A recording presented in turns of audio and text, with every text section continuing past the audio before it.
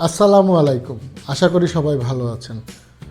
আজকে আপনাদের সাথে আমি একটা নতুন ফ্লোর ফিনিশ ম্যাটেরিয়াল নিয়ে আলোচনা করব, যেটাকে বলে এপক্সি 3D ফ্লোরিং। যেটা আমি বেশ কিছুদিন ধরে খেয়াল করতেছি যে ইউটিউবের বিভিন্ন চ্যানেলে এই প্রোডাক্টটা সম্পর্কে বিভিন্ন রকমভাবে পাবলিসিটি করা হচ্ছে, যারা এই প্রোডাক্টটাকে বিক্রি করতে চাচ্ছে এবং অনেকে এই প্রোডাক্টটা সম্পর্কে আগ্রহ প্রকাশ করতেছে।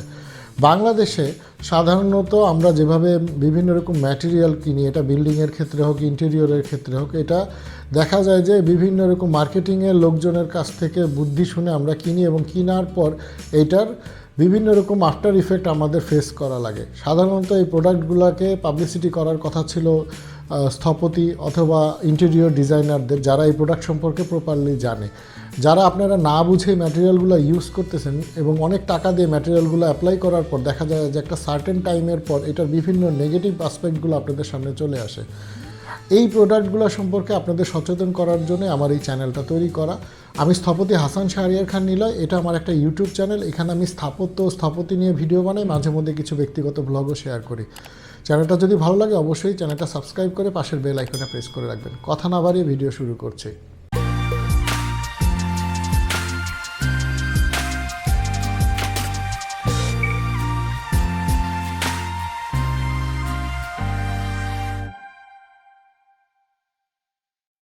আজকে আমি আপনাদের সামনে যে প্রোডাক্টটা নিয়ে আলোচনা করব, এই প্রোডাক্টটার নাম হলো epoxy 3D flooring. Epoxy 3D flooring এই জিনিসটা লিখে আপনারা যদি নেটে সার্চ দেন, বিভিন্ন রকম মজার ফ্লোরিং ম্যাটেরিয়াল আপনাদের সামনে চলে আসবে। এটা একটা ফ্লোর ফিনিশড ম্যাটেরিয়াল। এটা বেসিক্যালি এপক্সি ফ্লোরিংয়েরই একটা ভার্সন। যারা এপক্সি ফ্লোর সম্পর্কে জানেন না তাদের জন্য শর্ট করে আমি বলতেছি যে এপক্সি ফ্লোরিংটা কি। এটা নিয়ে আমি একটা বিস্তর ভিডিও আমি অবশ্যই পরবর্তীতে একটা এই চ্যানেলে আবার দিব আপনাদেরকে, যেখানে এই ফ্লোরিংয়ের বেসিক ইউজটা জানাবো। আজকে আমি শুধু এই এপক্সি 3D ফ্লোরিং বোঝার জন্য এপক্সি ফ্লোর কি এটা সম্পর্কে আপনাদের একটা আইডিয়া দিই।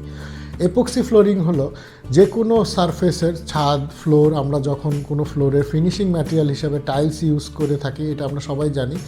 তা ইন্ডাস্ট্রিয়াল ফ্লোর, গ্যারাজ, তারপর ওয়্যার হাউস, এরকম অনেক বড় সারফেস এরিয়া যেখানে হেভি ইউজ হয়, যেই সব জায়গায় টাইলস লাগানো সময় সাপেক্ষ এবং টাইলস অতি ভঙ্গুর একটা ম্যাটেরিয়াল, যেখানে অনেক ভারী জিনিস মুভ করাতে হয়, সেই সব ফ্লোরে সাধারণত আপনার ফিনিশিং ম্যাটেরিয়াল হিসেবে এপক্সি ফ্লোর ব্যবহার করা হয়। এপক্সি ফ্লোরের সুবিধা হলো এই ফ্লোরটা আপনার যে আপনাদের ছাদ থাকে, ছাদটাকে ফিনিশ করে তার উপরে একটা প্রাইম কোট দেওয়া হয় রঙের মতো, তার উপরে একটা রেজিন বেসড প্রোডাক্ট, যেটার দুইটা পার্ট থাকে, একটা হলো রেজিন, একটা হলো হার্ডনার। এই দুইটা মিক্সড করে একটা লিকুইড ফরম্যাটের জিনিস ওই প্রাইম কোটের উপরে ঢেলে দেওয়া হয় এবং যখন এটা শুকিয়ে আসে তখন খুব গ্লোজ ফিনিশড একটা সারফেস তৈরি হয়, যেটাকে বলা হয় এপক্সি ফ্লোরিং। এপক্সি ফ্লোরিংয়ের অল্টারনেট আরেকটা ফ্লোর পাওয়া যায়, এটাকে পিইউ ফ্লোর বলে, পলিইউরেথিন ফ্লোর। তো এগুলো নিয়ে আমি পরবর্তী একটা ভিডিওতে আপনাদের সাথে আলোচনা করব। এপক্সি ফ্লোরের সুবিধা হলো এটা একদম কন্টিনিউয়াস একটা ফ্লোর তৈরি করা যায়। আপনার 1000, 10,000, 20,000, লক্ষ স্কোয়ার ফিট এরিয়া আপনারা খুব অল্প সময়ের মধ্যে এই ফ্লোরটাকে ফিনিশ করে ফেলতে পারবেন, যেটা খুব শক্ত একটা ম্যাটেরিয়াল, যেটাতে উপরে ভারী জিনিস পড়লেও এই ফ্লোর ফিনিশটা নষ্ট হয় না। এটা খুব উচ্চ তাপমাত্রা বহন করতে পারে, অ্যারাউন্ড 200 ডিগ্রি সেন্টিগ্রেড টেম্পারেচারও এপক্সি ফ্লোর নষ্ট হয় না। এই জন্য দেখা যায় যে ইন্ডাস্ট্রিয়াল ফ্লোর, কমার্শিয়াল, গ্যারাজ, তারপরে আপনার বিভিন্ন রকম ওয়্যার হাউস যেখানে প্রচুর মালামাল উঠানামা করতেছে, প্রচুর মুভমেন্ট হচ্ছে, এইসব জায়গায় হার্ড ফ্লোর হিসাবে এপক্সি ফ্লোরটা ব্যবহার করা হয়। এটার একটা অল্টারনেট অপশন তৈরি হয়েছে যেটাকে বলা হয় এপক্সি 3D ফ্লোরিং।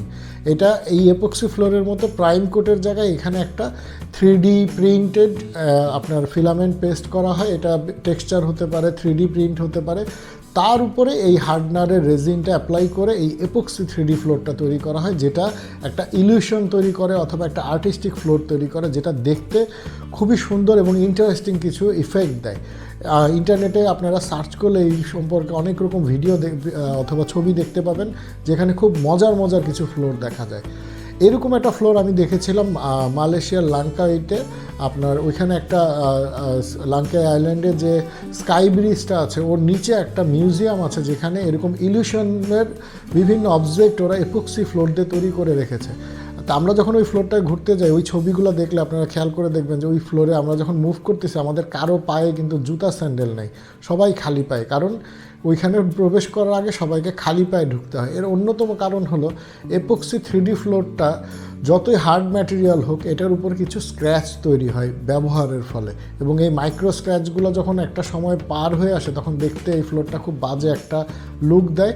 কিন্তু আমাদের এখানে যারা এই প্রোডাক্টটা সেল করতেছে তারা এই জিনিসটাকে বিভিন্নভাবে আপনাদের বোঝাচ্ছে যে খুব ভালো মানের হার্ডনার দেওয়া হচ্ছে, এই দেওয়া হচ্ছে, যত যাই দেওয়া হোক এই এপক্সি 3D ফ্লোরের উপরে কিন্তু একটা সার্টেন টাইম ব্যবহারের পর অবশ্যই স্ক্র্যাচ চলে আসে। আপনারা মোবাইলের যদি স্ক্রিনটা দেখেন, যেটাকে বলা হয় গরিলা গ্লাস 6, 7 এরকম খুব high end scratch proof glass, এটার উপরেও কিন্তু আমরা একটা প্রোটেকশন দেই, যেটা হলো আপনার উপরে একটা লেমিনেশন পেস্ট করা হয় যাতে স্ক্র্যাচ না আসে। যারা এই লেমিনেশন ছাড়া অথবা উপরে প্রোটেক্টরটা ছাড়া এই মোবাইল স্ক্রিনটা ইউজ করেন, দেখবেন যে 6 মাস ব্যবহার করার পর ওর মধ্যে কিন্তু কিছু স্ক্র্যাচ চলে আসে। এটা আপনি যতই যত্ন করে ব্যবহার করেন এই মাইক্রো স্ক্র্যাচগুলো কখনোই অ্যাভয়েড করা যায় না। এপক্সি ফ্লোরের ক্ষেত্রে এটা একটা বাস্তব সত্য যে আপনারা যখন বাসা বাড়িতে এই এপক্সি ফ্লোরটা ইউজ করবেন এবং এই খুব সুন্দর চকচকে জিনিসটা একটা সার্টেন টাইমের পর এতটা চকচকে আর থাকে না। তখন দেখা যায় যে যেহেতু এই ফ্লোরটা বেশ এক্সপেন্সিভ, এটা টাইলসের চাইতেও ব্যয়বহুল, এত কষ্ট করে এত টাকা খরচ করে এই ফ্লোরটা ব্যবহার করার 6 মাসের মধ্যে যখন দেখবেন এর মধ্যে স্ক্র্যাচ আসা শুরু হয়েছে তখন আপনাদের মন খারাপ হয়ে যাবে। এই জন্য এই ফ্লোরটা ব্যবহার করার আগে আপনাদের জেনে বুঝে এটা ব্যবহার করা উচিত এবং অ্যাপ্লিকেশনটা এমনভাবে করা উচিত যেটা পার্টিকুলার কিছু জায়গায় আপনাদের শখ হলে করতে পারেন, যেটা আপনার স্ক্র্যাচ রেজিস্ট করতে পারবে এরকম স্পেসে। কিন্তু আপনার বেডরুম, লিভিং রুম, যেসব জায়গায় আপনারা রেগুলার মুভ করতেছেন, ফার্নিচার মুভমেন্ট হচ্ছে, এইসব জায়গায় এই ফ্লোরটা আসলে ব্যবহার করা উচিত না। এখন আপনারা বলতে পারেন তাহলে এই ফ্লোরটা ব্যবহার হয় কোথায়? এই ফ্লোরটা আসলে ব্যবহার হয় এরকম পাবলিক প্লেস, মিউজিয়াম, যেখানে এরকম ইফেক্টগুলো দিয়ে মজার কিছু স্পেস তৈরি করা হয় এরকম জায়গায়, এবং যারা এটাকে মেনটেন করতে পারে তাদের জন্য। কিন্তু আমরা রেসিডেন্সে এরকম একটা ফ্লোর করার পর এটাকে যদি প্রপারলি মেনটেন না করতে পারি, এই পুরো অর্থটাই আমাদের আসলে জলাঞ্জলি যাবে। এই জন্য ম্যাটেরিয়াল সিলেকশনের আগে অবশ্যই আপনাদের জেনে বুঝে এই ম্যাটেরিয়ালগুলো সিলেক্ট করা উচিত। এপক্সি ফ্লোরিং ভালো একটা ম্যাটেরিয়াল, আমি এটা সম্পর্কে খারাপ কিছু বলতেছি না, কিন্তু এটার অ্যাপ্লিকেশনটা আমাদের জানতে হবে। জেনে বুঝে যদি আপনারা এই ম্যাটেরিয়ালটা ব্যবহার করেন তাহলে কোনো প্রবলেম নেই। অন্যথায় একটা সার্টেন টাইমের পর আপনাদের যে ইনভেস্টমেন্টটা হবে এটা আপনাদের পুরোটাই নষ্ট হয়ে যাওয়ার একটা সুযোগ আছে। আশা করি ভিডিওটার উদ্দেশ্য আপনারা বুঝতে পেরেছেন। আমি পরবর্তী কোনো একটা ভিডিওতে চেষ্টা করব এপক্সি ফ্লোর, 3D ফ্লোর এবং এপক্সি ফ্লোরের সাথে পিইউ ফ্লোরিংয়ের পার্থক্য এবং এর সাথে টাইলসেরও একটা কম্প্যারিজন দেওয়ার। সেই পর্যন্ত সবাই অপেক্ষায় থাকবেন, সুস্থ থাকবেন এবং অবশ্যই মাস্ক পরে ঘর থেকে বের হবেন। আজকে এই পর্যন্তই, দেখা হবে পরবর্তী ভিডিওতে। আল্লাহ হাফেজ।